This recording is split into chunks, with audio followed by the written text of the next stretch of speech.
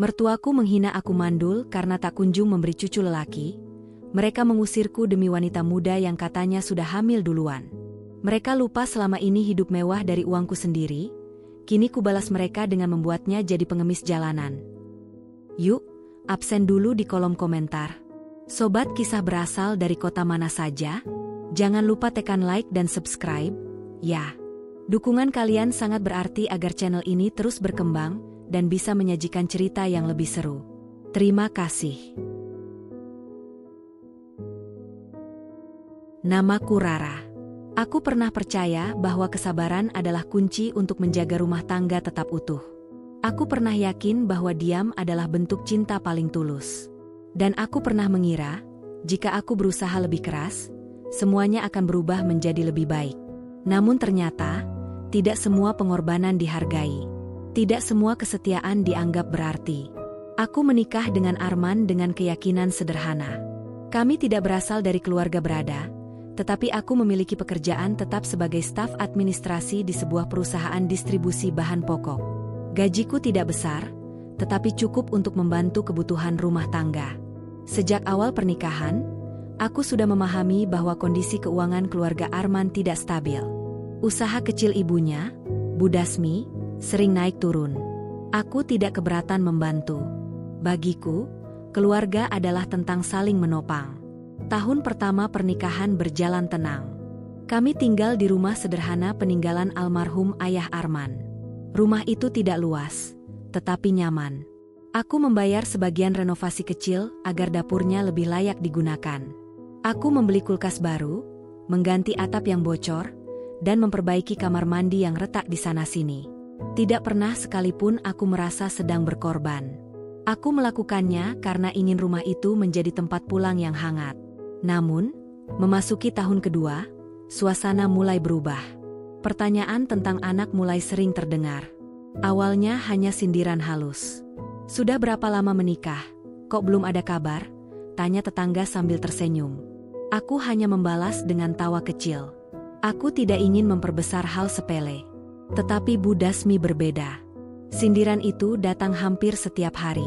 Kadang saat sarapan, kadang saat aku sedang mencuci pakaian di halaman belakang. Keluarga kita ini subur semua. Dari dulu tidak pernah ada yang sulit punya anak. Entah kenapa sekarang beda. Kalimatnya terdengar biasa, tetapi tatapannya selalu mengarah padaku. Aku memilih diam. Aku dan Arman sebenarnya sudah pernah memeriksakan diri ke dokter secara diam-diam. Itu ideku. Aku ingin memastikan semuanya baik-baik saja. Hasil pemeriksaanku normal. Dokter mengatakan tidak ada masalah berarti. Saat itu aku merasa lega. Namun hasil pemeriksaan Arman berbeda. Dokter menjelaskan dengan bahasa hati-hati bahwa kondisi hormonal Arman tidak stabil. Peluang untuk memiliki keturunan ada, tetapi sangat kecil tanpa terapi khusus dan perubahan gaya hidup. Aku melihat wajah Arman pucat saat itu. Ia terdiam lama, seolah harga dirinya sedang runtuh. Di perjalanan pulang, aku menggenggam tangannya. Kita hadapi bersama, kataku pelan. Ia tidak menjawab, tetapi mengangguk. Sejak hari itu, aku memutuskan untuk menyimpan rahasia tersebut. Aku tidak ingin Bu Dasmi tahu. Aku tahu bagaimana kerasnya sifatnya. Aku tahu bagaimana ia menjunjung tinggi nama keluarga. Jika ia tahu, mungkin Arman tidak akan pernah lagi dipandang sebagai laki-laki sempurna di matanya. Aku memilih menanggung tuduhan. Dan sejak saat itu pula, sikap Arman perlahan berubah. Ia menjadi lebih pendiam. Lebih mudah tersinggung.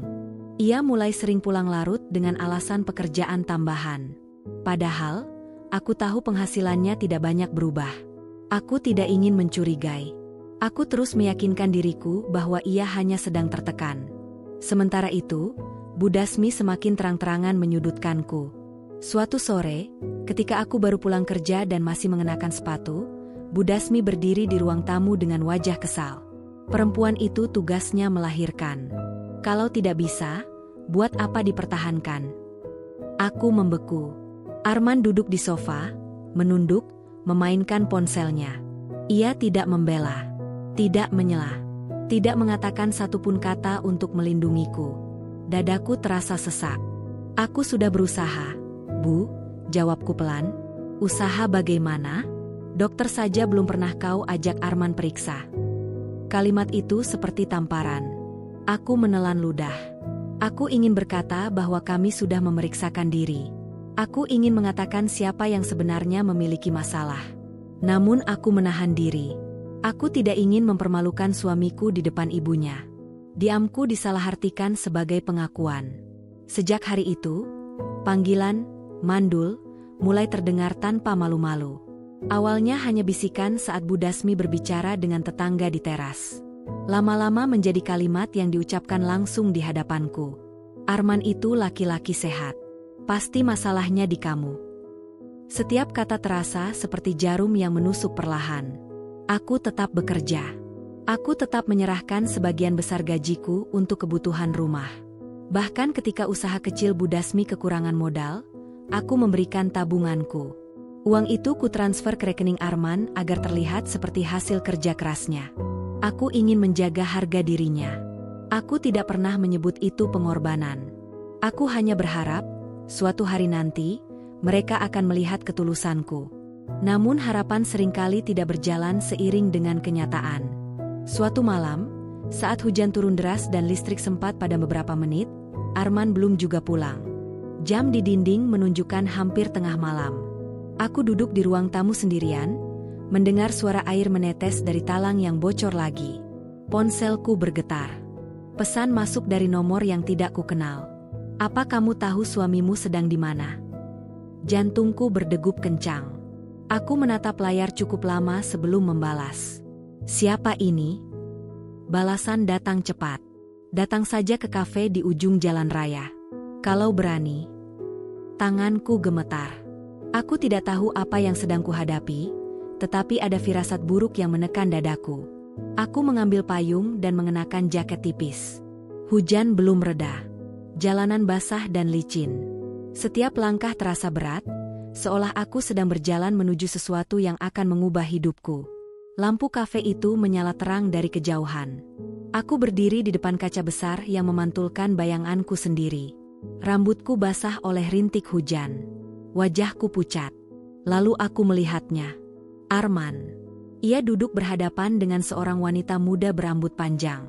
Wanita itu tertawa pelan, menyentuh tangan Arman dengan akrab. Di meja mereka ada 2 cangkir kopi dan 1 potongan kue.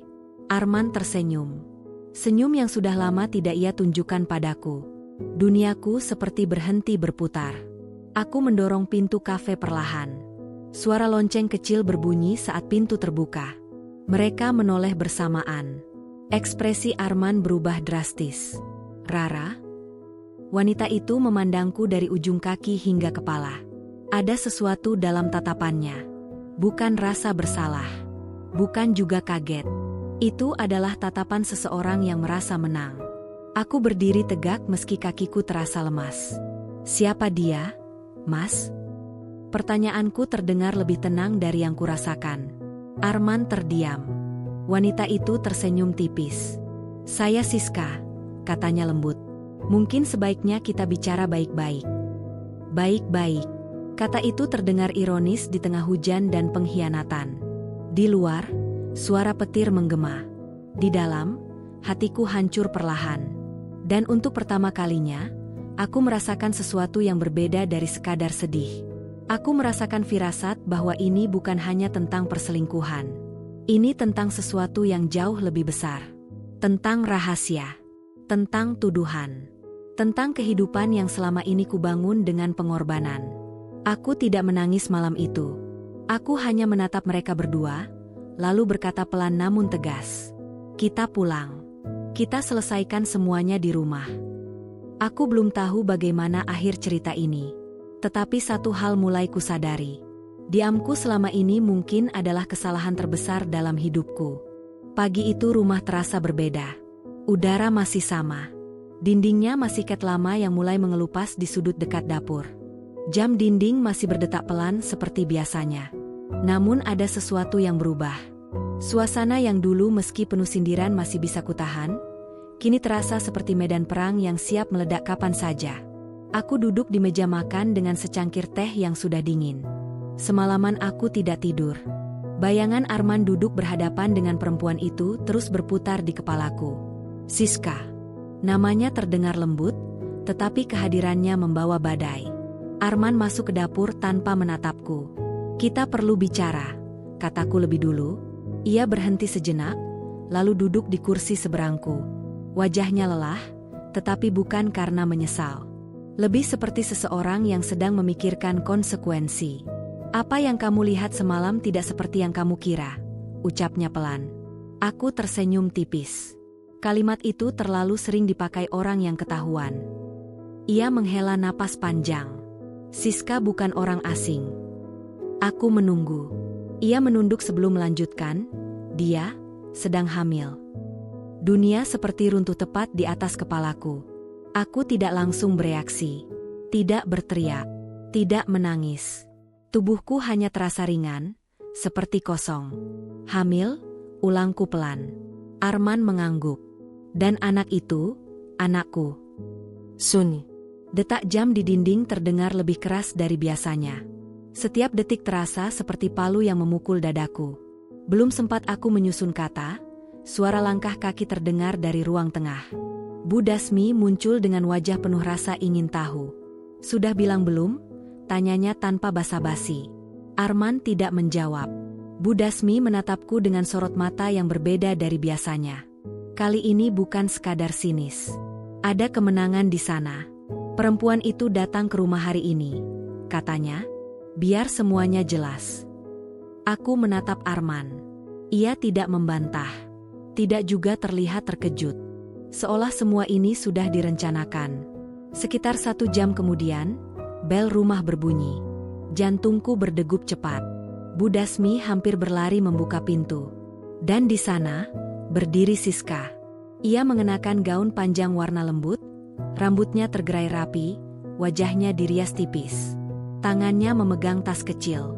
Perutnya sedikit menonjol.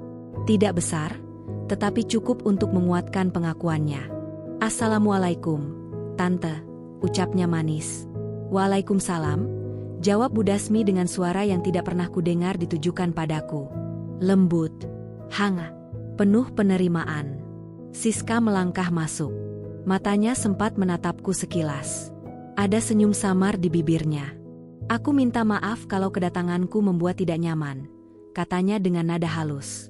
Tapi aku tidak ingin sembunyi-sembunyi. Aku berdiri dari kursi. Jadi ini rencananya? Tanyaku pada Arman. Ia menatapku, tetapi lagi-lagi tidak tegas. Aku tidak bisa menolak tanggung jawab. Tanggung jawab? Aku tertawa kecil, getir. Kapan kamu merasa punya tanggung jawab pada istrimu sendiri? Bu Dasmi mendengus. Sudahlah, Rara. Jangan membuat suasana semakin buruk. Fakta sudah jelas. Dia hamil. Itu bukti. Aku menoleh perlahan ke arah mertuaku. Bukti apa, Bu? Bukti kalau Arman bisa punya anak. Suaranya meninggi. Selama ini yang bermasalah itu kamu. Kalimat itu diucapkan dengan keyakinan penuh. Siska menunduk pura-pura tidak enak hati. Aku tidak bermaksud merebut apapun, katanya pelan. Tapi bayi ini tidak bisa disembunyikan. Kata-katanya terdengar seperti pisau yang dibungkus sutra. Aku memandangi perutnya. Lalu memandangi Arman. Ada sesuatu yang terasa janggal. Tetapi aku belum bisa mengatakannya. Jadi sekarang apa? Tanyaku. Bu Dasmi menjawab cepat. Arman akan menikahi Siska. Secara baik-baik. Kamu lebih baik mengerti keadaan. Aku menatap wajah Arman. Itu keputusanmu? Ia menutup mata sebentar sebelum mengangguk. Hatiku tidak lagi sekadar retak. Ia hancur. Namun di tengah kehancuran itu, ada satu hal yang membuatku tetap berdiri. Rahasia yang selama ini kusimpan rapat. Aku ingin berteriak. Ingin membuka semuanya saat itu juga. Ingin mengatakan bahwa cerita mereka tidak seindah yang dibayangkan. Tetapi aku menahan diri. Belum waktunya. Baik, kataku pelan. Semua menoleh kaget. Aku akan mengerti keadaan. Tapi jangan pernah berpikir aku tidak tahu apa-apa. Siska menatapku tajam sesaat sebelum kembali memasang wajah lembutnya. Hari itu rumah berubah menjadi panggung sandiwara. Bu Dasmi sibuk menyiapkan minuman untuk Siska. Ia bahkan menyuruhku mengambilkan bantal tambahan agar Siska bisa duduk lebih nyaman. "Kasihan, dia sedang mengandung cucuku," katanya. "Cucuku." Kata itu diucapkan dengan kebanggaan yang belum pernah kurasakan sebagai menantu. Siska mulai sering datang. Kadang membawa buah, kadang membawa senyum yang terasa palsu. Ia bercerita tentang rencana masa depan, tentang kamar bayi, tentang nama anak. Aku mendengarkan dalam diam. Beberapa kali aku menangkap Arman memandangku dengan ekspresi aneh. Bukan cinta, bukan juga benci. Lebih seperti rasa bersalah yang tidak tahu harus diletakkan di mana. Malam demi malam, aku tidur sendirian. Arman semakin sering keluar rumah. Alasan rapat, alasan lembur, alasan bertemu klien. Aku tidak lagi bertanya. Aku mulai memeriksa rekening bersama yang dulu kami gunakan untuk kebutuhan rumah tangga. Ada transaksi besar yang tidak pernah kubicarakan. Pembelian perhiasan, pembayaran apartemen, transfer ke rekening atas nama Siska. Tanganku bergetar saat membaca detailnya. Jadi selama ini, uang yang kukumpulkan sedikit demi sedikit, uang yang kutahan untuk masa depan, digunakan untuk memanjakan perempuan lain. Aku tidak menangis. Air mataku seperti sudah habis. Suatu sore, ketika Siska kembali datang dengan gaun berbeda dan senyum yang sama, Bu Dasmi memanggilku ke ruang tamu. "Rara, lebih baik kamu mulai bersiap." "Bersiap untuk apa, Bu?" "Untuk pergi." Kalimat itu diucapkan dengan santai, seolah aku hanya tamu yang masa sewanya habis. Rumah yang kubiayai perbaikannya. Rumah yang kusapu setiap pagi. Rumah yang kupenuhi dengan doa. Kini bukan lagi tempatku. Siska menatapku dengan ekspresi prihatin yang dibuat-buat. "Aku tidak ingin mengambil hak siapapun," katanya lembut. "Tapi bayi ini butuh ayah." Aku tersenyum tipis. "Dan seorang istri tidak butuh suami?" tanyaku pelan. Tidak ada yang menjawab. Saat itu aku sadar. Mereka sudah menyusun cerita mereka dengan rapi. Aku adalah tokoh antagonis dalam versi mereka.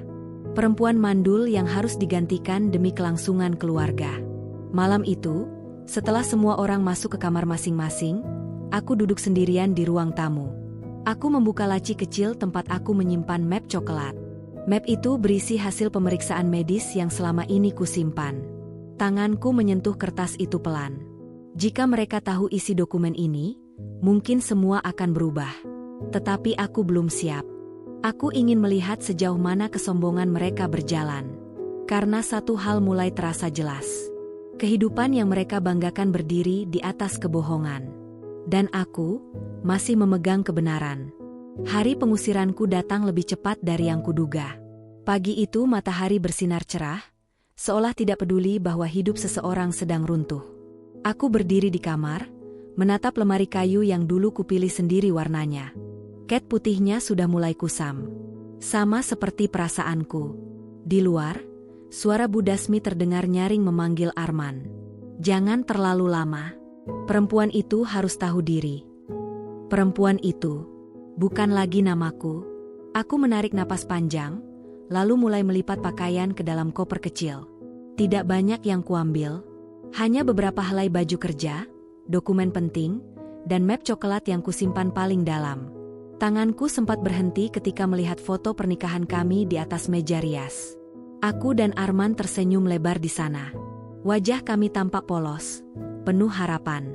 Aku ingat betul bagaimana ia menggenggam tanganku erat saat ijab kabul selesai diucapkan. Ia berjanji akan melindungiku. Janji itu kini terasa seperti cerita lama yang tidak pernah benar-benar terjadi. Pintu kamar diketuk tanpa sopan. "Sudah selesai?" Suara Bu Dasmi terdengar datar. Aku membuka pintu perlahan. Ia berdiri dengan kedua tangan bersedekap. Di belakangnya, Siska duduk di ruang tamu sambil mengusap perutnya pelan. Arman berdiri tak jauh dari sana, wajahnya sulit ditebak. "Tidak perlu banyak drama," lanjut Bu Dasmi. "Semakin cepat kamu pergi, semakin baik untuk semua." Aku menatapnya lurus. "Semua? Atau hanya untuk ibu?" Wajahnya mengeras. "Kamu sudah tidak punya hak bicara di rumah ini." Aku hampir tertawa mendengarnya. Rumah ini, rumah yang sebagian besar perbaikannya dibiayai dari gajiku. Rumah yang cicilan listrik dan airnya kubayar tanpa pernah menagih. Rumah yang dapurnya kuganti kompor dan tabungnya ketika usaha keluarga sedang sepi. Namun aku tahu, berdebat tidak akan mengubah apapun. Aku melangkah keluar kamar dengan koper kecil di tangan. Setiap langkah terasa berat, tetapi kepalaku tegak. Aku tidak ingin mereka melihatku runtuh. Saat melewati ruang tamu, Siska berdiri perlahan. Aku minta maaf kalau semua ini menyakitkan, katanya lembut. Nada suaranya nyaris sempurna. Seolah ia benar-benar peduli. Aku berhenti di depannya. Rawat kandunganmu baik-baik, ucapku pelan. Ia tersenyum tipis. Arman akhirnya bersuara, Rara, mungkin ini memang yang terbaik. Aku menoleh padanya. Untuk siapa, Mas? Ia terdiam. Aku menunggu jawaban yang tidak pernah datang. Bu Dasmi mendecak kesal. Sudah, tidak perlu diperpanjang. Kamu bisa kembali ke rumah orang tuamu. Kami tidak mau menanggung aib. Aib. Kata itu menghantam lebih keras daripada hinaan manapun. Aku mengangguk perlahan. Baik, Bu. Aku berjalan menuju pintu depan. Sebelum melangkah keluar, aku berhenti sejenak. Rumah itu tampak sama seperti biasa. Sofa coklat yang dulu kubeli dengan uang lemburku. Gorden yang kupasang sendiri. Rak kecil tempat kusimpan buku resep. Semua itu kini bukan milikku lagi. Pintu tertutup di belakangku dengan suara yang terdengar terlalu keras. Di luar, udara terasa panas meski pagi belum sepenuhnya siang. Aku berdiri beberapa detik di teras, mencoba menenangkan napas yang mulai tidak teratur. Tak ada yang mengejarku. Tak ada yang memanggil namaku. Aku benar-benar sendirian. Langkah kakiku membawaku menjauh dari rumah itu. Setiap meter terasa seperti meninggalkan bagian hidup yang tidak akan pernah kembali. Aku tidak pulang ke rumah orang tuaku. Mereka sudah lama meninggal, dan rumah peninggalan mereka telah dijual untuk biaya pengobatan ayah bertahun-tahun lalu. Aku memilih menuju rumah sahabatku, Mira. Mira terkejut melihatku berdiri di depan pintunya dengan koper kecil dan wajah pucat. Rara? Ya Allah, apa yang terjadi? Aku tersenyum tipis. Aku diusir. Mira langsung menarikku masuk tanpa banyak tanya. Ia memelukku erat, dan untuk pertama kalinya sejak semua ini terjadi, air mataku jatuh. Tangisku tidak keras. Hanya mengalir pelan, seperti hujan yang turun diam-diam di malam hari. Di ruang tamu rumah Mira yang sederhana, aku menceritakan semuanya. Tentang Siska, tentang kehamilan, tentang keputusan Arman. Mira menggenggam tanganku erat. Kamu yakin, itu benar anaknya? Tanyanya hati-hati. Aku terdiam. Pertanyaan itu sebenarnya sudah berputar di kepalaku sejak pertama kali mendengar pengakuan Arman. Aku tidak tahu, jawabku pelan, tapi ada sesuatu yang tidak masuk akal. Aku membuka tas dan mengeluarkan map coklat itu. Kertas hasil pemeriksaan medis masih tersimpan rapi. Nama Arman tercetak jelas di sana, bersama penjelasan dokter tentang kondisi hormonal yang tidak stabil dan kemungkinan sangat kecil untuk menghasilkan keturunan tanpa terapi intensif. Mira membaca dengan mata melebar. Kenapa kamu tidak bilang dari awal? Aku ingin melindunginya, jawabku lirih. Aku tidak ingin harga dirinya hancur. Mira menatapku lama. Dan sekarang?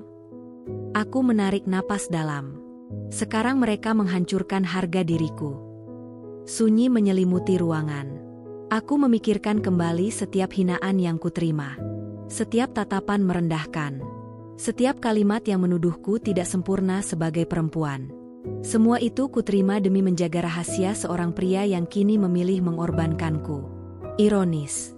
Malam itu aku tidur di kamar tamu rumah Mira. Langit-langitnya berbeda, aromanya berbeda, suasananya asing. Namun anehnya, ada rasa tenang yang tidak kurasakan selama berbulan-bulan. Tidak ada suara sindiran. Tidak ada tatapan merendahkan. Hanya keheningan yang memberi ruang untuk berpikir. Aku menatap map coklat di samping bantal. Rahasia ini bukan sekadar kertas. Ini adalah kebenaran. Dan kebenaran selalu menemukan jalannya sendiri. Ponselku bergetar tiba-tiba. Pesan masuk dari nomor Arman. Semoga kamu mengerti. Jangan memperkeruh keadaan. Aku tersenyum pahit. Memperkeruh keadaan? Keadaan sudah keruh sejak kebohongan pertama diucapkan.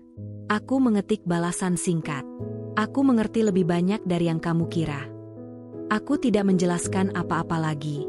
Karena untuk pertama kalinya, aku mulai merasakan sesuatu yang berbeda. Bukan sekadar sedih. Bukan sekadar marah. Tetapi tekad. Aku tidak akan pergi sebagai perempuan yang kalah. Mereka mungkin berhasil mengusirku dari rumah itu. Namun mereka tidak tahu satu hal penting. Aku masih memegang rahasia yang mampu meruntuhkan semua kesombongan mereka. Dan jika saatnya tiba, aku tidak akan lagi memilih diam. Hari-hariku di rumah Mira berjalan pelan, tetapi pikiranku tidak pernah benar-benar tenang. Setiap pagi aku bangun lebih awal, duduk di tepi ranjang kecil di kamar tamu, menatap jendela yang memperlihatkan langit abu-abu Jakarta. Suara kendaraan dari jalan utama terdengar samar, seolah dunia tetap berjalan seperti biasa, tanpa peduli bahwa hidupku sedang berantakan. Aku tetap berangkat kerja seperti biasa. Tidak ada yang tahu bahwa statusku kini menggantung. Di kantor, aku masih Rara yang rapi, cekatan, dan jarang mengeluh. Aku menyelesaikan laporan, mengurus dokumen, menjawab panggilan telepon dengan suara profesional. Hanya saja, setiap kali ada rekan kerja yang bercanda tentang keluarga atau anak, dadaku terasa sedikit nyeri. Sepulang kerja, aku tidak langsung pulang ke rumah Mira. Sore itu aku duduk di sebuah taman kecil dekat kantor. Angin berembus pelan, menggoyangkan daun-daun yang mulai menguning. Di pangkuanku tergeletak map coklat yang sudah berkali-kali kubuka. Kertas hasil pemeriksaan itu terasa semakin berat setiap kali kubaca. Nama Arman tertulis jelas. Penjelasan dokter tentang ketidakseimbangan hormon. Catatan mengenai kualitas sel yang tidak optimal. Anjuran terapi lanjutan yang saat itu Arman tolak dengan alasan malu dan takut diketahui orang lain. Aku masih ingat jelas hari itu. Kami duduk berdua di ruang praktik dokter. Bau antiseptik menyengat. Arman tidak banyak bicara. Ketika dokter menjelaskan hasilnya, aku bisa melihat bahunya sedikit turun. Tatapannya kosong, seperti seseorang yang kehilangan sesuatu yang sangat penting. Dalam perjalanan pulang, ia tidak berkata apa-apa. Aku yang akhirnya memecah kesunyian. "Mas, ini bukan akhir dunia," kataku waktu itu. Ia menatap jalan di depan. "Kalau ibu tahu, bagaimana?" Suaranya hampir berbisik. Aku tersenyum kecil, mencoba menenangkan. "Ibu tidak perlu tahu. Ini urusan kita." Dan sejak saat itu, aku memutuskan untuk menanggung semuanya sendiri. Kini, keputusan itu terasa seperti kesalahan terbesar dalam hidupku. Aku menarik napas panjang, lalu memasukkan kembali dokumen itu ke dalam map. Langit mulai gelap. Lampu taman menyala satu persatu. Ponselku berdering. Nama Bu Dasmi muncul di layar. Aku terdiam beberapa detik sebelum akhirnya menjawab. "Ada apa, Bu?" Suaranya terdengar dingin. "Besok datang ke rumah. Ambil sisa barangmu. Jangan sampai kami yang buang." Nada itu tidak menyisakan ruang untuk penolakan. "Baik," jawabku singkat. Sambungan terputus. Aku menatap layar ponsel yang kembali gelap. Mereka ingin semuanya cepat selesai. Seolah keberadaanku hanya noda yang harus segera dihapus. Malam itu, aku menceritakan rencanaku pada Mira. "Aku harus ke sana besok." Mira mengernyit. "Kamu yakin sanggup?" Aku tersenyum tipis. Aku lebih kuat dari yang mereka kira. Keesokan harinya, aku berdiri lagi di depan rumah yang pernah kusebut sebagai tempat pulang. Pintu kayunya masih sama. Pot bunga di teras masih tersusun rapi. Tidak ada yang berubah secara fisik, tetapi rasanya berbeda. Aku mengetuk pintu. Siska yang membukakan. Ia terlihat lebih santai dari sebelumnya. Gaunnya longgar. Tangannya kembali mengusap perutnya dengan gerakan yang hampir otomatis. "Oh, kamu datang," katanya ringan. Aku mengangguk tanpa senyum. Bu Dasmi muncul dari dalam, wajahnya datar. "Cepat ambil barangmu. Kami tidak punya banyak waktu." Aku melangkah masuk tanpa menunggu undangan. Ruang tamu terasa lebih penuh. Ada beberapa kantong belanja bermerek di atas meja. Aroma parfum baru tercium kuat. Sepertinya mereka tidak menyia-nyiakan waktu untuk menikmati perubahan status. Arman turun dari tangga saat aku hendak menuju kamar. Tatapan kami bertemu. Ada kegelisahan di wajahnya. "Kamu baik-baik saja?" tanyanya pelan. Pertanyaan itu terasa aneh. "Menurutmu?" jawabku datar. Ia terdiam. Aku masuk ke kamar yang dulu kami tempati bersama. Sprei sudah diganti. Lemari sebagian besar kosong. Beberapa barangku diletakkan asal di sudut ruangan. Aku memasukkan sisa pakaian ke dalam koper tambahan yang kubawa. Tanganku berhenti ketika melihat laci meja yang sedikit terbuka. Di dalamnya, ada buku catatan kecil milik Arman. Entah kenapa aku membukanya. Di halaman terakhir, tertulis beberapa angka dan catatan singkat. Jadwal pertemuan, nominal transfer, dan satu nama yang berulang kali muncul, Siska. Tanganku mengepal. Aku menutup buku itu kembali tanpa suara. Saat keluar dari kamar, aku mendengar percakapan pelan dari ruang tamu. "Tenang saja, Tante. Semua sudah diatur." Suara Siska terdengar lembut. "Semoga saja. Jangan sampai memalukan," jawab Bu Dasmi. Langkahku terhenti. Memalukan? Aku melanjutkan berjalan seolah tidak mendengar apa-apa. Di ruang tamu, aku meletakkan koper di lantai. "Sudah?" tanya Bu Dasmi. "Sudah." Ia mengangguk singkat, lalu duduk kembali di sofa. Aku menatap Arman. Ada banyak hal yang ingin kukatakan. Tentang pengkhianatan. Tentang kebohongan. Tentang rahasia yang selama ini kujaga. Namun aku memilih kata yang berbeda. "Aku harap kamu benar-benar bahagia," ucapku pelan. Wajahnya berubah sedikit. Ragu, takut, atau mungkin sadar bahwa ada sesuatu yang tidak ia ketahui. Siska menatapku dengan senyum tipis. "Terima kasih sudah mengerti." Aku menoleh padanya. "Aku selalu mengerti lebih banyak dari yang kalian bayangkan." Kalimat itu membuat suasana sejenak membeku. Aku meraih koper dan berjalan menuju pintu. Sebelum keluar, aku berhenti. "Mas," panggilku tanpa menoleh. "Iya?" "Ada hal yang belum selesai. Dan suatu hari nanti, kamu akan tahu." Aku tidak menjelaskan lebih jauh. Langkahku mantap meninggalkan rumah itu untuk kedua kalinya. Di dalam mobil taksi yang membawaku kembali ke rumah Mira, pikiranku semakin jernih. Selama ini aku diam karena cinta. Sekarang aku diam karena sedang menyiapkan sesuatu. Rahasia yang kusimpan bukan lagi beban. Ia adalah kekuatan. Dan perlahan, aku mulai menyadari satu hal. Jika mereka membangun kebahagiaan di atas kebohongan, maka satu-satunya cara untuk meruntuhkannya adalah dengan kebenaran. Aku belum tahu kapan waktunya. Namun aku tahu, hari itu akan datang. Dan saat kebenaran berdiri di tengah-tengah mereka, tidak akan ada lagi senyum kemenangan. Yang tersisa hanya penyesalan. Hari-hari setelah kepindahanku terasa seperti jeda sebelum badai besar benar-benar datang. Aku tetap bekerja, tetap tersenyum di hadapan orang lain, tetapi di dalam, pikiranku terus bergerak menyusun potongan-potongan kejadian yang selama ini kuabaikan. Aku mulai memeriksa kembali semua catatan keuangan yang masih bisa kuakses. Rekening bersama atas namaku dan Arman belum sepenuhnya ditutup. Mungkin ia lupa, atau mungkin terlalu sibuk menikmati peran barunya sebagai calon ayah. Di kamar kecil rumah Mira, aku duduk bersila di atas kasur, laptop terbuka di depanku. Angka-angka berjejer rapi di layar. Transfer dalam jumlah besar beberapa bulan terakhir terlihat jelas. Pembelian perhiasan di butik ternama.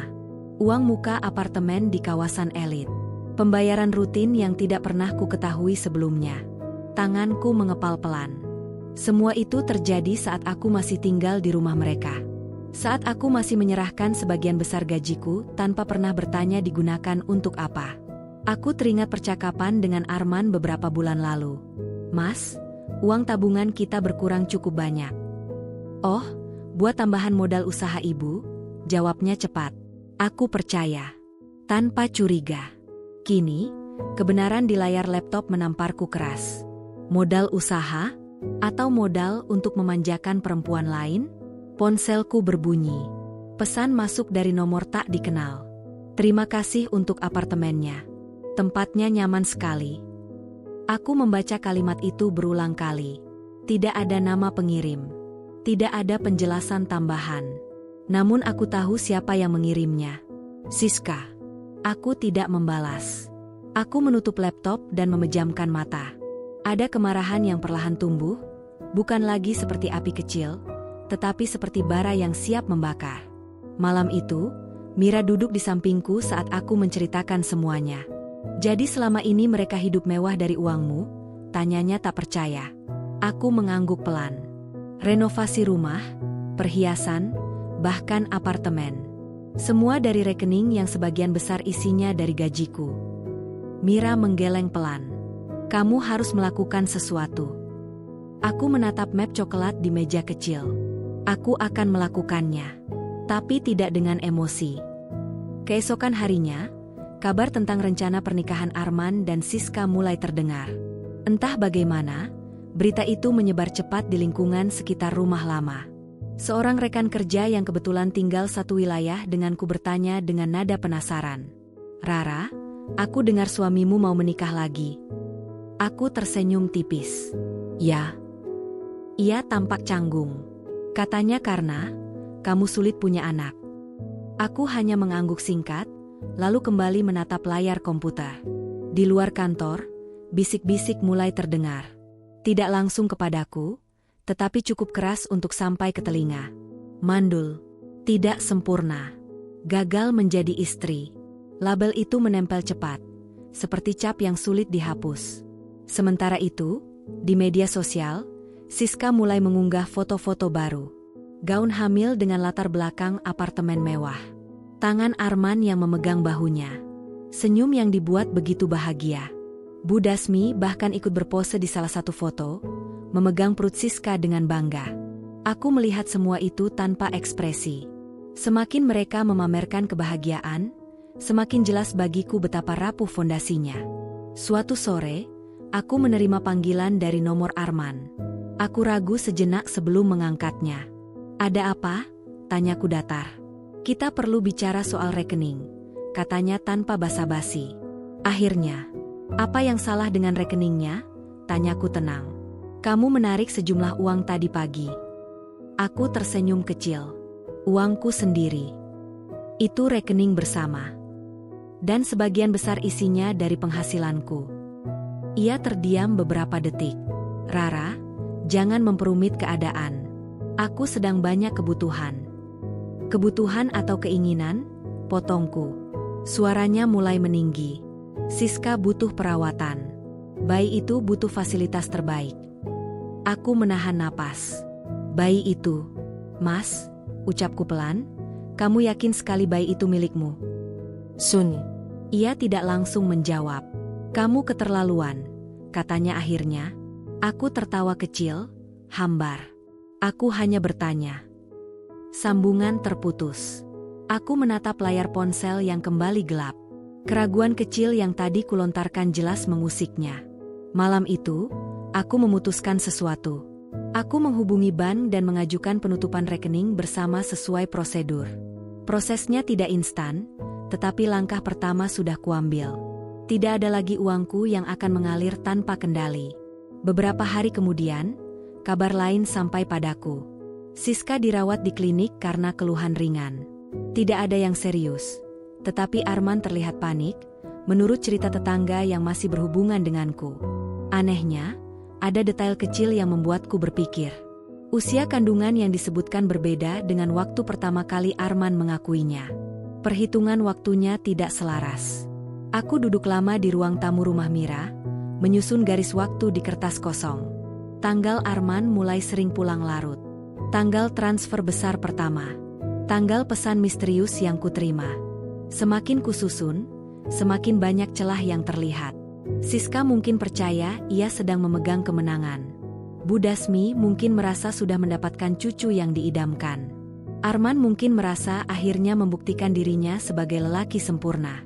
Namun mereka lupa satu hal penting.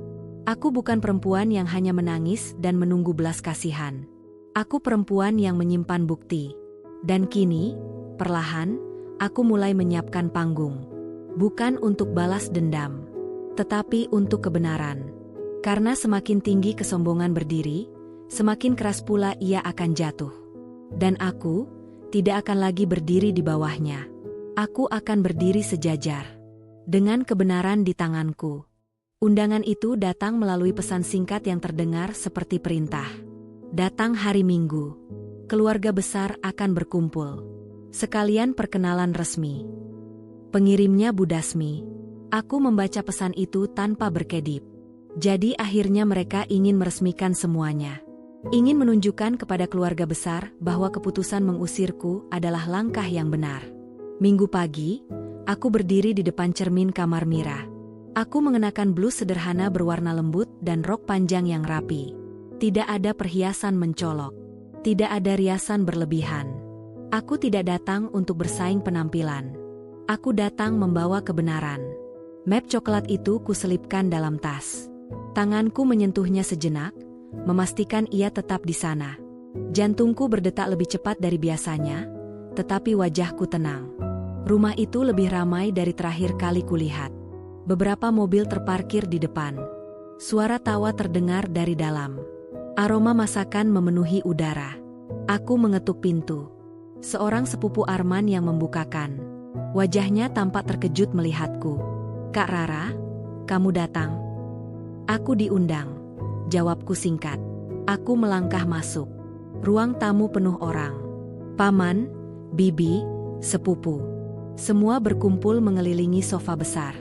Di tengah ruangan, Siska duduk anggun dengan gaun longgar. Tangannya kembali mengusap perutnya dengan gerakan yang kini terasa seperti pertunjukan. Bu Dasmi berdiri di sampingnya, wajahnya berseri-seri. "Alhamdulillah, akhirnya keluarga kita akan punya penerus," katanya lantang. Beberapa orang mengangguk, tersenyum. Lalu seseorang melihatku. Suasana perlahan berubah. Bisik-bisik terdengar. "Itu Rara." Katanya mereka sudah berpisah. Kasihan. Aku berjalan dengan kepala tegak. Arman berdiri dari kursinya saat melihatku. Ekspresinya campur aduk antara kaget dan cemas. "Kamu benar-benar datang," katanya pelan. "Aku diundang," ulangku. Bu Dasmi menatapku dengan sorot mata tajam. "Kami tidak menyangka kamu masih punya keberanian." Aku tersenyum tipis. Saya juga tidak menyangka ibu punya keberanian sebesar ini. Beberapa anggota keluarga saling berpandangan. Siska mencoba mencairkan suasana. "Sudahlah, Tante. Jangan tegang. Kita semua keluarga." Kata keluarga terasa pahit di telingaku. Bu Dasmi berdehem, lalu kembali berbicara kepada para tamu. "Kalian semua tahu, rumah tangga Arman sebelumnya tidak berjalan baik. Sudah lama menikah tapi belum ada keturunan." Semua mata perlahan tertuju padaku. Sebagai orang tua, tentu saya ingin melihat cucu sebelum menutup mata. Lanjutnya dramatis. "Untungnya sekarang Tuhan menjawab doa kami." Siska tersenyum malu-malu. Arman menunduk. Aku berdiri diam beberapa langkah dari mereka. Tanganku terasa dingin, tetapi pikiranku jernih. Bu Dasmi menoleh kepadaku. "Kamu tidak keberatan kan kalau kami melanjutkan hidup?" Pertanyaan itu terdengar seperti ejekan. Aku menarik napas panjang. "Melanjutkan hidup tentu tidak salah, Bu," jawabku tenang. "Yang salah adalah membangun hidup di atas kebohongan." Ruangan langsung hening. Arman menatapku tajam. "Rara, jangan mulai." Aku menoleh padanya. "Aku tidak mulai apa-apa. Aku hanya ingin meluruskan sesuatu." Siska menggenggam tangan Arman erat. "Maksudmu apa?" Aku melangkah lebih dekat ke tengah ruangan. Seluruh keluarga kini memperhatikan. "Selama ini saya dituduh tidak bisa memberikan keturunan," kataku jelas. "Saya dihina, disebut mandul, bahkan diusir dari rumah." Beberapa wajah terlihat tidak nyaman. Tapi ada satu hal yang tidak pernah kalian ketahui. Bu Dasmi menyela, "Tidak perlu membuka aib di depan keluarga." Aku menatapnya lurus. "Aib siapa, Bu?" Suasana semakin tegang. Aku membuka tas perlahan. Mengeluarkan map coklat itu. Kertas-kertas di dalamnya masih rapi. Arman berdiri mendadak. "Rara, cukup." Aku mengabaikannya. Aku tidak pernah mandul. Kalimat itu meluncur tenang, tetapi dampaknya terasa seperti petir di siang bolong. Beberapa orang langsung berbisik. Apa maksudnya? Siska tampak kaku. Bu Dasmi tertawa kecil, dipaksakan. Kamu jangan mengada-ada. Kalau tidak bermasalah, kenapa tidak hamil? Aku membuka salah satu lembar hasil pemeriksaan dan mengangkatnya sedikit. Karena hasil pemeriksaan medis kami menunjukkan bahwa masalahnya bukan pada saya. Arman pucat. Tangannya gemetar. Jangan, bisiknya. Aku menatapnya dengan tatapan yang selama ini kupendam. Selama ini aku diam untuk menjaga harga dirimu, ucapku pelan. Tapi kamu membiarkan aku dihancurkan. Kertas itu kuberikan pada salah satu paman yang berdiri paling dekat. Ia membaca dengan dahi berkerut. Apa ini?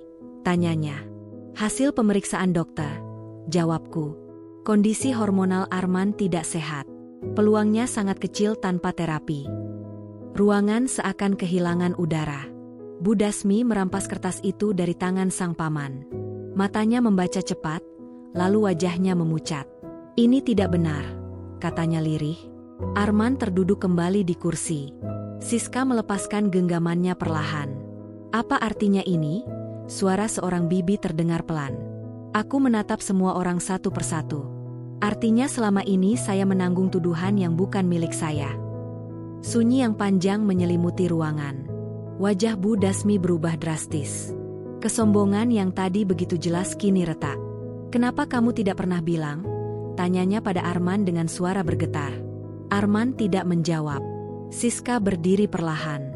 Itu kan hanya kemungkinan kecil, katanya mencoba membela. Dokter juga bilang masih ada peluang. Aku menatapnya. Peluang yang sangat kecil. Dan kamu datang mengaku hamil dengan perhitungan waktu yang tidak masuk akal. Beberapa anggota keluarga langsung saling pandang. Arman mengangkat wajahnya. Ada kemarahan bercampur kebingungan di sana. Maksudmu apa, Rara? Aku tidak menjawab langsung. Aku hanya berkata pelan, namun jelas. Hitung kembali waktunya, Mas. Keheningan kali ini bukan hanya canggung. Ia menakutkan. Dan untuk pertama kalinya sejak semua ini dimulai, aku melihat sesuatu di wajah mereka. Bukan kemenangan. Bukan kesombongan. Melainkan ketakutan. Ruangan itu masih membeku. Tidak ada yang bergerak. Tidak ada yang berani memecah keheningan yang menggantung tebal di udara. Bahkan suara sendok yang tadi sesekali beradu dengan piring kini tak terdengar lagi. Semua mata tertuju pada Arman. Wajahnya pucat. Rahangnya mengeras. Tatapannya berpindah dari kertas hasil pemeriksaan di tangan Bu Dasmi, lalu kepadaku, lalu kepada Siska yang berdiri beberapa langkah di sampingnya. Apa maksudmu suruh hitung ulang? Tanyanya akhirnya, suaranya serak. Aku menatapnya tanpa gentar. Kamu bilang Siska hamil saat kita masih tinggal serumah, ucapku pelan namun jelas. Tapi di waktu yang sama, kamu sedang menjalani pemeriksaan. Dan dokter menyarankan terapi yang bahkan belum kamu mulai. Beberapa anggota keluarga mulai berbisik lebih keras. Jadi, bagaimana bisa langsung hamil? Terdengar suara salah satu paman. Siska terlihat gelisah. Tangannya tak lagi tenang mengusap perutnya. Ia menelan ludah. Itu tidak berarti mustahil, katanya cepat. Dokter juga bilang masih ada peluang. Aku mengangguk tipis. Benar, ada peluang. Tapi peluang itu membutuhkan proses, terapi, dan waktu. Bukan keajaiban dalam hitungan singkat. Arman berdiri tiba-tiba. Cukup, Rara. Suaranya meninggi, tetapi terdengar lebih seperti kepanikan daripada kemarahan. Aku tidak mundur. Selama ini aku diam, kataku, menatapnya lurus. Aku menanggung hinaan. Aku membiarkan ibumu menyebutku mandul. Aku membiarkan semua orang memandangku seolah aku perempuan yang gagal. Semua itu demi menjaga harga dirimu. Bu Dasmi menatap Arman dengan mata membesar. Kamu benar punya hasil seperti ini? Suaranya gemetar. Arman tidak langsung menjawab. Itu sudah cukup menjadi jawaban. Siska melangkah mundur satu langkah. Mas, kamu percaya dia? Tanyanya lirih, berusaha memegang lengan Arman. Arman menarik lengannya perlahan, tanpa sadar. Aku melanjutkan dengan suara yang tetap stabil. Aku tidak datang untuk mempermalukan siapapun. Aku hanya ingin meluruskan kebenaran. Jika memang bayi itu milikmu, aku akan diam. Tapi hitung waktunya dengan jujur. Salah satu bibi yang sejak tadi diam akhirnya bersuara, memang usia kandungannya berapa sekarang? Siska tampak ragu. Sudah masuk bulan keempat. Jawabnya pelan. Aku tersenyum tipis. Menarik. Arman menoleh cepat ke arahku. Kita terakhir, sebagai suami istri, kapan? Tanyaku perlahan, menatapnya tajam. Ia terdiam. Waktu seakan dipaksa mundur di kepalanya. Beberapa bulan terakhir sebelum aku pergi, Arman lebih sering tidur di ruang tamu dengan alasan lelah. Ia menjaga jarak. Bahkan sentuhan kecil pun jarang terjadi. Siska menggigit bibirnya. Kenapa kalian malah saling curiga begini? Katanya dengan nada mulai retak. Bu Dasmi kini tidak lagi berdiri tegak. Tangannya gemetar memegang kertas hasil pemeriksaan. Arman, katanya pelan, jawab ibu.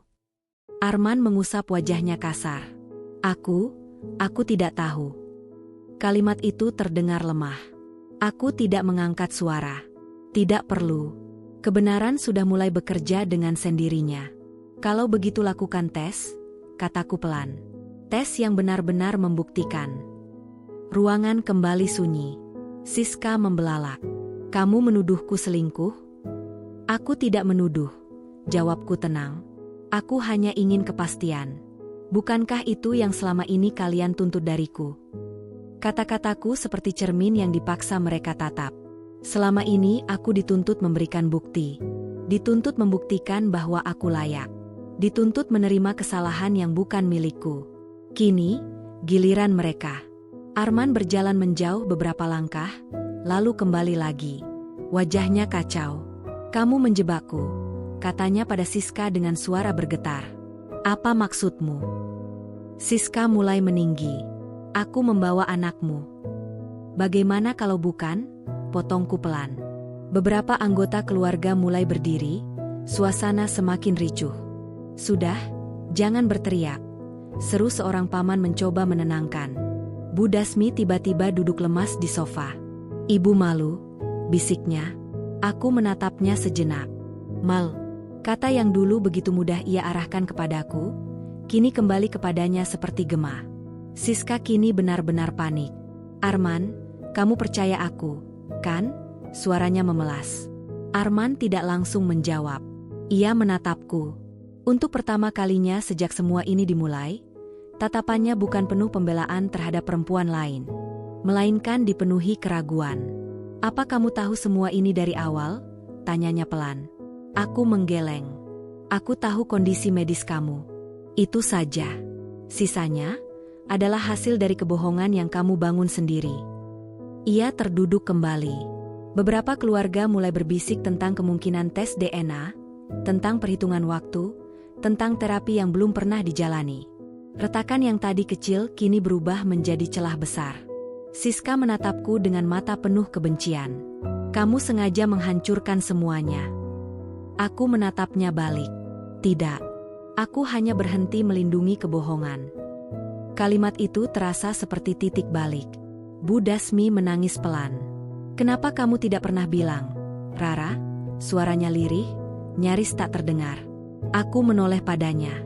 Karena saya menganggap keluarga ini pantas dijaga. Tapi ternyata saya yang tidak pernah dijaga. Tidak ada yang bisa membantah. Arman akhirnya berdiri dengan langkah goyah. Kita akan tes, katanya pelan namun tegas. Aku ingin kepastian. Siska membeku. Wajahnya kehilangan warna. Disitulah aku tahu. Kebenaran telah menyentuh titik paling rapuh dari sandiwara mereka. Aku tidak perlu berteriak. Tidak perlu menghina. Tidak perlu membalas dengan keburukan. Cukup satu hal. Fakta. Dan di tengah ruang tamu yang tadi penuh kebanggaan, kini yang tersisa hanyalah kecemasan dan rasa takut. Kesombongan yang mereka bangun perlahan runtuh. Dan aku berdiri di sana, bukan sebagai perempuan yang kalah, melainkan sebagai seseorang yang akhirnya memilih berbicara. Hari-hari setelah pertemuan itu terasa seperti menunggu vonis. Rumah yang dulu dipenuhi tawa kemenangan kini berubah menjadi ruang penuh ketegangan. Kabar tentang rencana tes menyebar cepat di antara keluarga besar. Tidak ada lagi ucapan selamat yang berlebihan. Tidak ada lagi senyum bangga yang dipamerkan di media sosial. Semuanya mendadak hening. Arman yang paling gelisah. Ia menghubungiku 2 hari setelah kejadian itu. "Aku sudah buat janji pemeriksaan," katanya tanpa basa-basi. Suaranya berat. Tidak lagi penuh keyakinan seperti saat pertama kali mengumumkan kehamilan Siska. "Bagus," jawabku tenang. Aku tidak tahu kenapa semua jadi seperti ini. Aku menahan diri untuk tidak tertawa pahit. Karena kebenaran memang tidak bisa terus disembunyikan, ucapku pelan. Ia terdiam beberapa saat sebelum akhirnya berkata, "Kalau hasilnya..." Ia tidak menyelesaikan kalimatnya.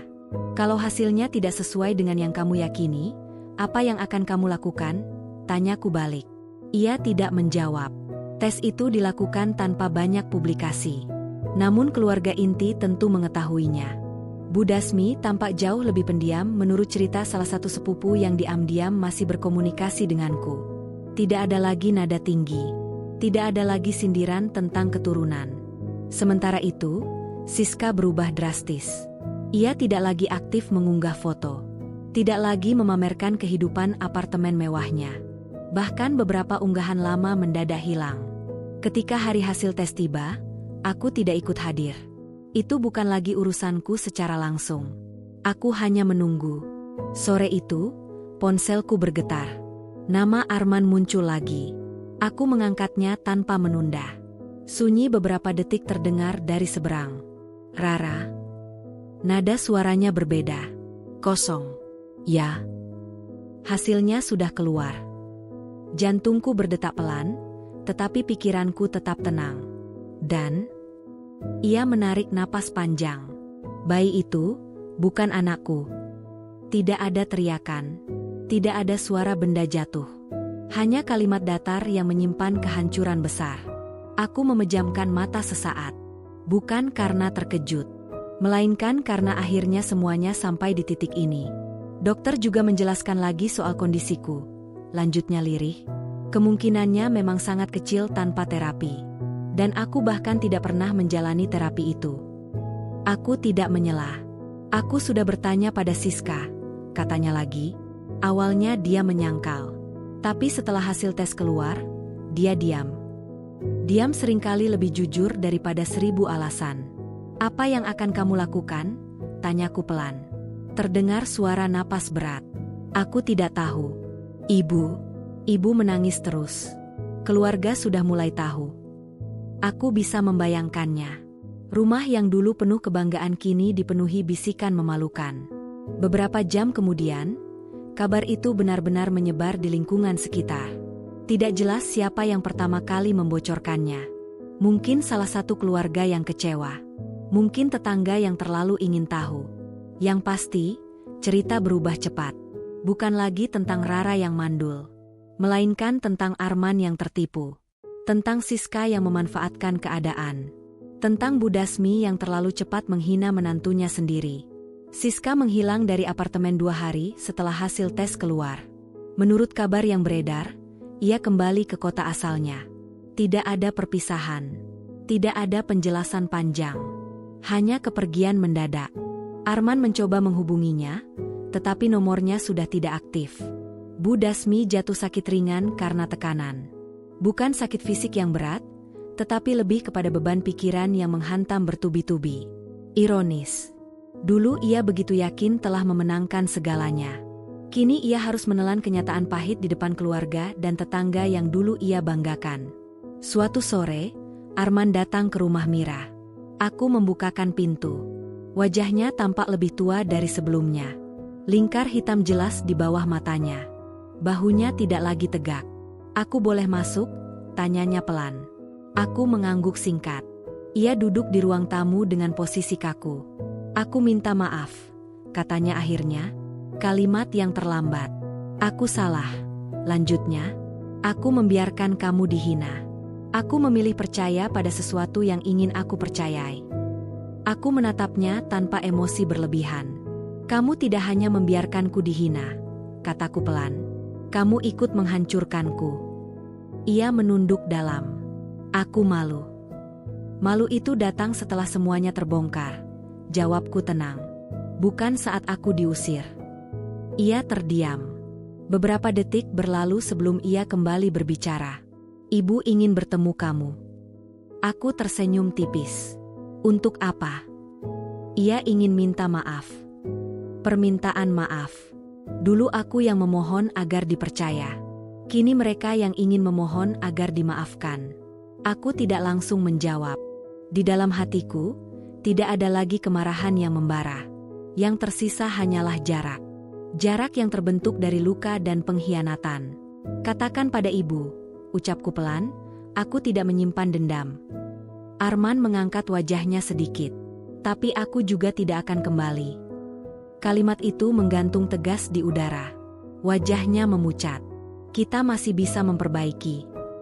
Memperbaiki apa? Potongku lembut. Kepercayaan yang sudah kamu rusak? Harga diri yang sudah kamu injak? Ia tidak mampu menjawab.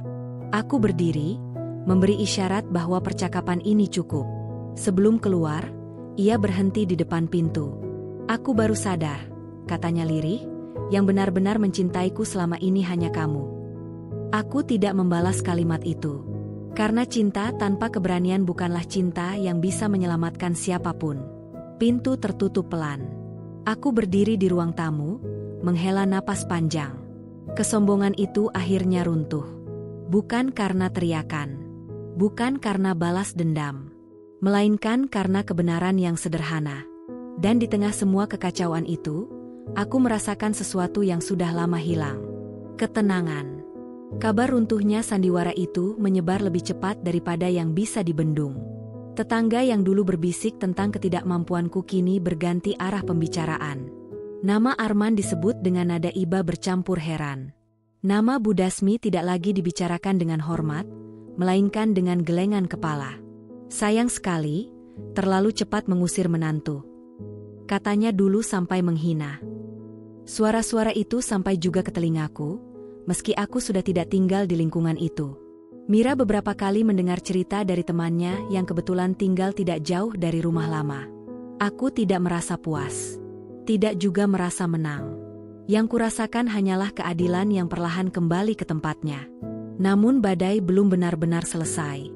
Seminggu setelah hasil tes keluar, aku menerima surat resmi dari bank. Proses penutupan rekening bersama hampir selesai, tetapi ada kewajiban administrasi yang harus ditandatangani kedua belah pihak. Aku tahu Arman akan datang. Kami bertemu di kantor cabang bank pusat, di ruangan kecil yang dingin oleh pendingin udara. Meja kayu panjang memisahkan kami, seolah menjadi simbol jarak yang kini terbentuk. Petugas bank menjelaskan prosedur dengan suara formal.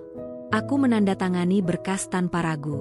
Ketika giliran Arman, tangannya sedikit gemetar. Setelah petugas keluar, ruangan itu menyisakan kami berdua. Aku tidak menyangka semuanya akan seperti ini, katanya pelan. Aku juga tidak menyangka kamu akan memilih percaya pada kebohongan, jawabku datar. Ia mengusap wajahnya. Bisnis ibu mulai sepi, lanjutnya. Beberapa pelanggan lama menarik diri. Mereka bilang tidak nyaman dengan kabar yang beredar. Aku terdiam sejenak. Bukan karena simpati berlebihan, tetapi karena memahami konsekuensi dari reputasi yang runtuh. Reputasi dibangun bertahun-tahun, ucapku pelan. Tapi bisa hancur dalam satu kesalahan besar.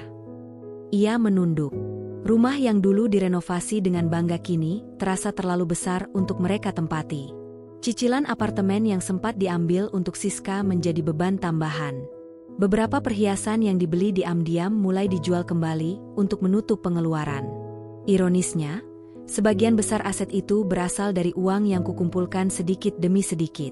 Aku tidak perlu menariknya kembali secara paksa. Sistem sudah berjalan sesuai hukum. Beberapa aset memang atas nama Arman, tetapi aliran dananya jelas tercatat. Aku telah berkonsultasi dengan seorang kenalan lama yang paham soal hukum keuangan. Tidak ada tuntutan besar yang kulayangkan, hanya hak yang memang menjadi milikku. Dan itu cukup membuat pondasi mereka goyah.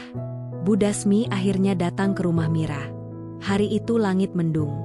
Ia berdiri di depan pintu dengan wajah yang jauh berbeda dari terakhir kali aku melihatnya. Tidak ada lagi riasan tebal. Tidak ada lagi sikap tinggi hati. "Apa saya boleh masuk?" tanyanya pelan. Aku mengangguk. Ia duduk di kursi dengan tangan saling menggenggam, seperti orang yang sedang menahan sesuatu. "Saya salah," katanya tanpa berputar-putar. Aku menatapnya, menunggu. "Saya terlalu cepat menuduh kamu. Saya terlalu bangga. Saya malu sekarang." Kata malu kembali terucap, kali ini dengan nada berbeda.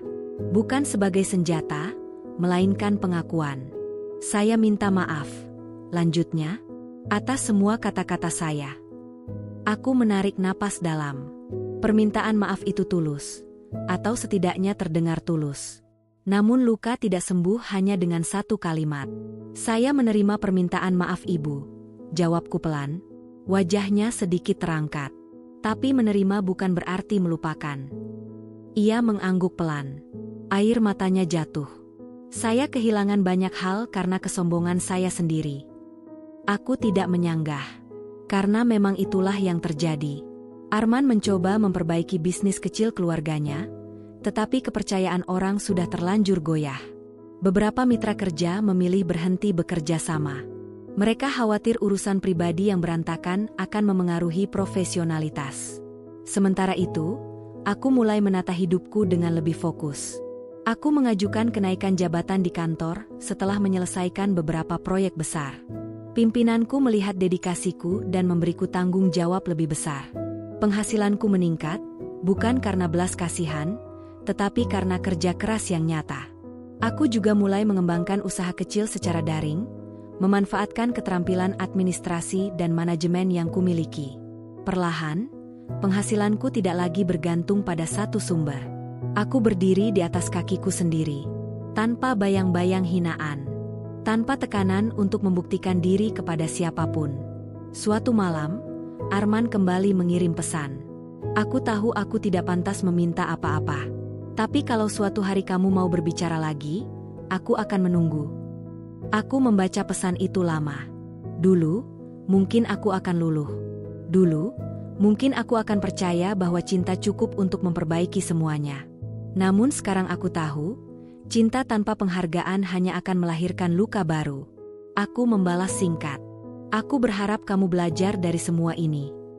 Tidak lebih, tidak kurang." Aku menatap langit malam dari jendela kamar Mira. Lampu-lampu kota berkelip di kejauhan. Hidup terus berjalan, tidak peduli seberapa besar badai yang pernah datang. Kesombongan telah runtuh. Kebohongan telah terbongkar. Dan mereka kini harus membangun ulang hidup mereka dari puing-puing yang tersisa. Sementara aku tidak lagi berdiri sebagai korban.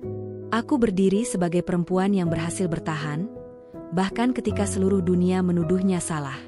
Dan untuk pertama kalinya setelah sekian lama, aku benar-benar merasa bebas. Pagi itu aku terbangun dengan perasaan yang berbeda. Bukan lagi perasaan berat seperti batu yang menekan dada, melainkan ringan, seolah udara yang kuhirup tidak lagi dipenuhi beban masa lalu. Cahaya matahari masuk melalui celah tirai, menyentuh lantai kamar Mira dengan warna keemasan yang hangat. Aku berdiri di depan cermin. Perempuan yang kulihat bukan lagi sosok yang dulu sering menangis diam-diam di kamar mandi rumah Budasmi. Tatapannya kini tegas. Ada garis lelah, tentu saja. Tapi di balik itu, ada kekuatan yang tumbuh pelan-pelan, seperti akar pohon yang menembus tanah keras. Aku tersenyum kecil pada bayanganku sendiri. Hari itu aku resmi mengajukan gugatan cerai. Bukan karena dendam. Bukan pula karena ingin mempermalukan siapapun. Aku hanya ingin mengakhiri sesuatu yang sudah lama mati, tetapi dipaksakan tetap berdiri. Di kantor pengacara, aku duduk dengan tenang ketika berkas-berkas diperiksa ulang. Semua sudah jelas. Hasil medis sudah sah. Rekening bersama telah ditutup. Pembagian aset disesuaikan dengan hukum. Arman menyetujui tanpa banyak perlawanan. Mungkin ia lelah. Atau mungkin akhirnya ia sadar bahwa mempertahankan sesuatu yang retak hanya akan menyakiti lebih dalam. Sidang pertama berjalan singkat. Kami duduk berjauhan. Tidak ada lagi tatapan penuh harap. Tidak ada lagi genggaman tangan seperti dulu ketika kami berjanji akan saling menjaga. Yang tersisa hanyalah 2 orang dewasa yang menyadari kesalahan pilihan mereka. Di luar ruang sidang, Bu Dasmi berdiri sendirian. Ia terlihat lebih tua dari sebelumnya. Wajahnya tidak lagi menunjukkan kebanggaan yang dulu sering dipamerkan. Ketika mata kami bertemu, ia hanya mengangguk pelan. Aku membalas dengan sopan. Tidak ada kebencian. Tapi juga tidak ada kedekatan. Beberapa minggu kemudian, keputusan resmi keluar. Aku bukan lagi istri Arman. Status itu hilang, tapi anehnya aku tidak merasa kehilangan apapun. Justru ada ruang kosong yang terasa lega. Di sisi lain kota, kabar tentang Siska perlahan memudar. Kehamilannya yang dulu dibanggakan ternyata bermasalah. Hubungan antara dia dan Arman tidak pernah benar-benar solid. Tanpa fondasi yang jujur, semuanya rapuh. Aku tidak mengikuti detailnya. Itu bukan lagi urusanku. Yang penting bagiku adalah membangun hidup yang sempat tertunda. Aku pindah dari rumah Mira setelah tabunganku cukup untuk menyewa apartemen kecil. Tidak besar, tapi cukup nyaman.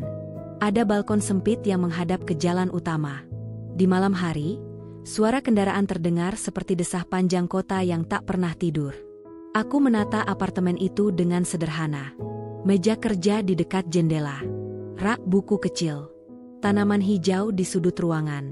Setiap sudutnya kubangun dengan uang hasil kerjaku sendiri.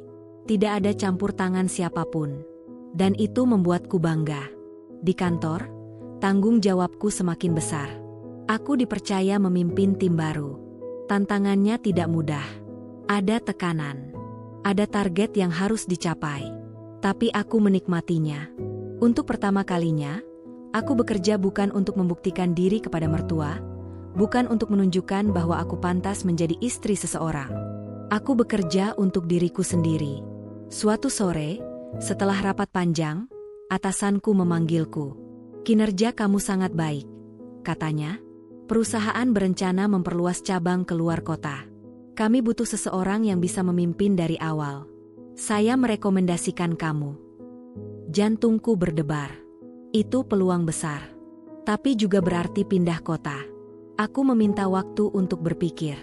Malamnya, aku duduk di balkon apartemen, memandangi lampu-lampu kendaraan yang melintas. Angin membawa aroma hujan yang belum turun. Pindah kota berarti benar-benar memulai dari nol. Tidak ada lagi bayang-bayang masa lalu. Tidak ada lagi kemungkinan bertemu Arman di jalan atau mendengar gosip lama. Hanya aku dan masa depan yang belum tertulis. Aku tersenyum. Bukankah itu yang selama ini kuinginkan? Beberapa hari kemudian, aku menerima tawaran itu. Persiapannya cepat. Berkas administrasi diurus. Kontrak baru ditandatangani. Dalam hitungan minggu, aku sudah berdiri di kota baru dengan tas koper di tangan. Kota itu lebih tenang. Udara terasa lebih bersih. Aku menyewa rumah kecil dekat kantor baru. Lingkungannya ramah. Tetangga menyapaku dengan senyum hangat tanpa mengetahui masa laluku. Dan aku menyukainya. Di kota ini, aku bukan mantan menantu yang pernah dituduh mandul. Aku bukan istri yang gagal memberi keturunan. Aku hanya Rara. Seorang perempuan yang bekerja keras. Seorang perempuan yang bertahan. Suatu malam, ketika sedang merapikan dokumen, ponselku berdering. Nomor tak dikenal. Aku ragu sejenak sebelum mengangkat. "Rara," suara itu terdengar familiar. "Arman, aku dengar kamu pindah," katanya pelan. "Iya." Hening beberapa detik. "Aku hanya ingin bilang, semoga kamu bahagia." Aku menarik napas. "Aku juga berharap kamu menemukan jalanmu sendiri." Tidak ada nada marah. Tidak ada nada lembut berlebihan. Hanya 2 orang yang pernah berbagi hidup, kini berdiri di jalur berbeda. Setelah panggilan berakhir, aku mematikan ponsel dan meletakkannya di meja. Tidak ada air mata. Tidak ada rasa sesak. Hanya perasaan selesai. Aku berjalan ke jendela, membuka tirai, dan membiarkan angin malam masuk ke dalam ruangan. Di luar, lampu-lampu kota baru berkilau. Di dalam, hatiku tidak lagi dipenuhi bayangan luka. Aku sadar, kehilangan bukan selalu tentang berkurangnya sesuatu. Kadang, kehilangan adalah cara hidup membebaskan kita dari tempat yang salah. Dan malam itu, Untuk pertama kalinya sejak semua kekacauan terjadi, aku benar-benar merasa utuh. Kota baru ini tidak mengenalku sebagai siapapun selain diriku sendiri. Dan itu terasa menenangkan. Pagi-pagi sekali, aku sudah berdiri di depan gedung kantor cabang yang kini menjadi tanggung jawabku. Bangunannya belum sepenuhnya rampung. Bau cat masih terasa. Beberapa meja kerja masih terbungkus plastik. Tapi bagiku, tempat itu seperti lembaran putih yang siap diisi. Aku berjalan menyusuri ruangan satu persatu, memeriksa detail kecil yang mungkin terlewat. Susunan kursi, posisi papan presentasi, pencahayaan di ruang rapat. Aku ingin semuanya tertata rapi sejak awal. Bukan hanya karena ini proyek besar, melainkan karena aku tahu bagaimana rasanya membangun sesuatu dari dasar yang rapuh. Dan aku tidak ingin mengulang kesalahan yang sama. Tim baruku terdiri dari orang-orang dengan latar belakang berbeda. Ada yang lebih muda dariku, penuh semangat dan ide segar. Ada pula yang lebih senior, berpengalaman, tetapi cenderung skeptis terhadap pemimpin baru. Pada pertemuan pertama, aku berdiri di depan mereka dengan napas stabil. "Nama saya Rara," kataku tegas. "Saya tidak menjanjikan perjalanan yang mudah, tapi saya menjanjikan kejelasan dan kejujuran." Beberapa wajah terlihat terkejut. Mungkin mereka terbiasa dengan atasan yang berbicara penuh retorika, bukan ketegasan sederhana. Aku melanjutkan, menjelaskan visi dan target tanpa membebani mereka dengan tekanan berlebihan. Aku tidak ingin menjadi pemimpin yang menuntut tanpa memahami.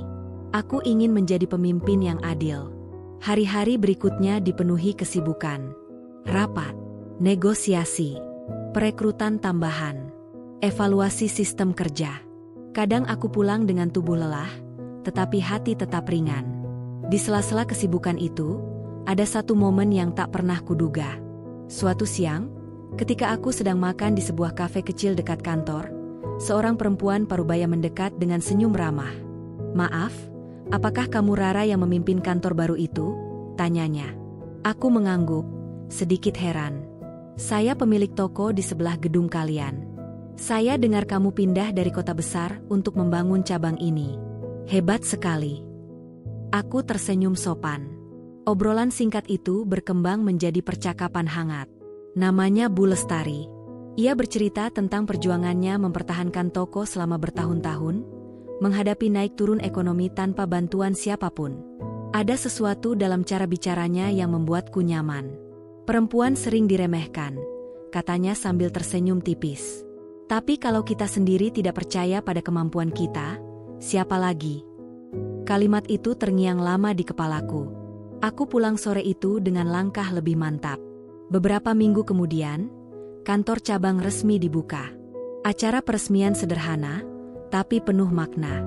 Aku berdiri di depan papan nama perusahaan dengan rasa syukur yang tak bisa dijelaskan. Aku teringat pada hari ketika aku diusir dari rumah Bu Dasmi. Saat itu aku merasa hancur. Kini aku berdiri di depan sesuatu yang kubangun sendiri. Perjalanan ini tidak mudah. Ada malam-malam ketika aku masih terbangun karena mimpi buruk. Ada saat-saat ketika ingatan tentang hinaan lama muncul tanpa diundang. Tapi kini, aku tidak lagi membiarkan kenangan itu menguasai diriku. Aku belajar memaafkan. Bukan demi mereka, melainkan demi ketenangan hatiku sendiri. Suatu sore, Mira datang berkunjung. Ia memelukku erat ketika melihat rumah kecilku yang kini terasa hangat dengan sentuhan sederhana. "Aku bangga sama kamu," katanya dengan mata berkaca-kaca. Aku tertawa kecil. "Aku juga bangga karena punya sahabat seperti kamu." Kami duduk di ruang tamu sambil minum teh hangat. Angin sore masuk melalui jendela yang kubuka lebar. Mira bercerita bahwa keadaan keluarga Arman semakin sulit. Bisnis mereka belum benar-benar pulih. Beberapa aset sudah dijual untuk menutup utang. Aku mendengarkan tanpa emosi berlebihan. "Aku tidak merasa senang mendengarnya," kataku pelan. "Tapi mungkin ini pelajaran yang memang harus mereka jalani." Mira mengangguk. "Kamu sudah melewati bagian terberat." Aku menghela napas. Mungkin benar. Namun hidup bukan hanya tentang melewati masa sulit. Hidup juga tentang berani membuka diri untuk kemungkinan baru. Beberapa bulan setelah peresmian cabang, aku menerima undangan menjadi pembicara dalam sebuah seminar tentang kepemimpinan perempuan. Awalnya aku ragu. Aku bukan siapa-siapa. Aku bukan tokoh terkenal. Tapi panitia bersikeras. Kisah Anda inspiratif, kata mereka. Aku akhirnya menerima. Di atas panggung kecil, di hadapan puluhan perempuan dari berbagai usia, aku berbicara bukan tentang pencapaianku. Aku berbicara tentang rasa sakit, tentang dituduh tanpa bukti, tentang dihina karena sesuatu yang bahkan bukan kesalahanku, dan tentang memilih bangkit ketika semua orang menganggap kita sudah selesai. Beberapa peserta meneteskan air mata. Setelah acara, seorang perempuan muda menghampiriku. "Kak," katanya dengan suara gemetar, "cerita kakak membuat saya berani meninggalkan hubungan yang tidak sehat." Aku terdiam. Aku tidak pernah menyangka bahwa luka yang pernah kualami bisa menjadi cahaya bagi orang lain. Malam itu, ketika aku kembali ke rumah, aku duduk sendirian di ruang tamu. Lampu kuning temaram menciptakan suasana hangat. Aku menyadari sesuatu. Perjalanan ini bukan hanya tentang membuktikan bahwa aku tidak mandul. Bukan hanya tentang menjatuhkan kesombongan orang yang merendahkanku. Perjalanan ini tentang menemukan kembali harga diriku. Tentang menyadari bahwa nilai seorang perempuan tidak pernah ditentukan oleh rahimnya, melainkan oleh keberanian, integritas, dan kemampuannya berdiri kembali setelah dijatuhkan. Aku tersenyum dalam keheningan. Hidupku belum sempurna. Tapi untuk pertama kalinya, aku tidak lagi merasa kurang. Dan di kota yang dulu asing ini, aku mulai merasa benar-benar pulang. Waktu berjalan tanpa menoleh ke belakang. Sudah cukup lama sejak aku meninggalkan kota yang menyimpan terlalu banyak kenangan pahit. Kini, setiap pagi yang datang terasa seperti lembaran baru yang benar-benar bersih. Tidak ada lagi bisikan tetangga yang menilai. Tidak ada lagi tatapan sinis yang mempertanyakan nilai diriku sebagai perempuan. Yang ada hanyalah aku, pekerjaanku, dan hidup yang kubangun dengan kedua tanganku sendiri. Cabang perusahaan yang kupimpin berkembang lebih cepat dari perkiraan. Target tercapai sebelum tenggat. Tim yang dulu canggung kini solid dan saling mendukung. Kami bukan hanya rekan kerja, tetapi orang-orang yang belajar percaya satu sama lain. Kepercayaan. Dulu aku pernah memberikannya secara utuh, tanpa sisa. Dan aku pernah hancur karenanya. Kini aku belajar bahwa kepercayaan harus dibangun perlahan, dengan kesadaran dan batas yang jelas.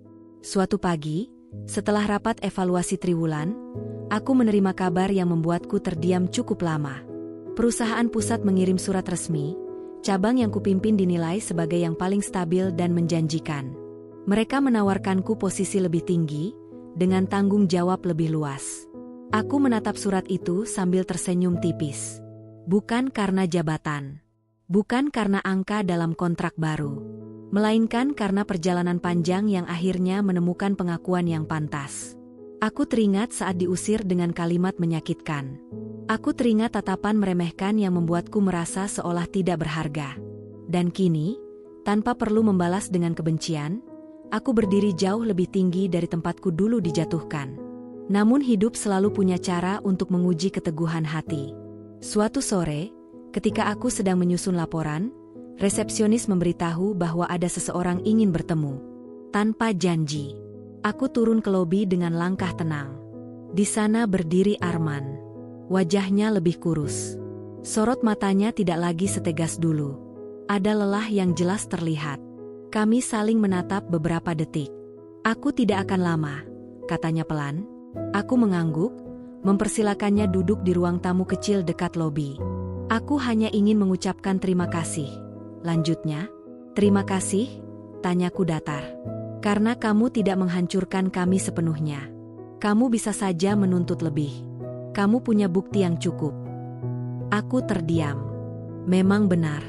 Aku memiliki cukup alasan untuk membuat mereka kehilangan segalanya. Tapi aku memilih jalan yang berbeda.